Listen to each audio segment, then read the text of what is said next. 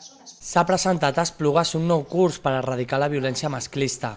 Aquest projecte, que ha estat impulsat per les entitats veïnals del Baix Llobregat i de Catalunya, ha comptat amb la col·laboració de l'Ajuntament d'Esplugues.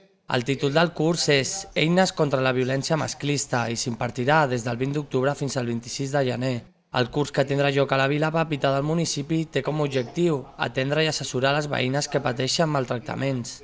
L'alcaldessa d'Esplugues, Pilar Díaz, ha valorat l'importància d'aquesta iniciativa al Baix Llobregat. Una gran iniciativa, perquè malgrat tots els esforços que hem fet plegats des dels ajuntaments, la Generalitat, el Govern d'Espanya, encara avui en dia les xifres que tenim són xifres que ens posen els pèls de punta i per tant encara hem de continuar treballant per posar en evidència que aquesta problemàtica no està en el nivell domèstic sinó que està a nivell social.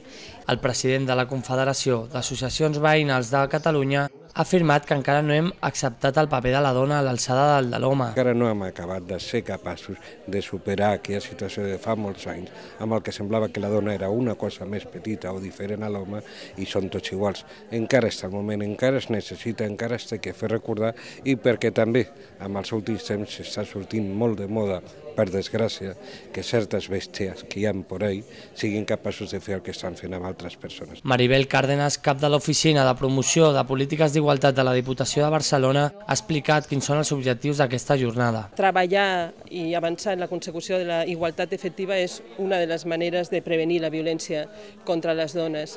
Com ho hem de fer?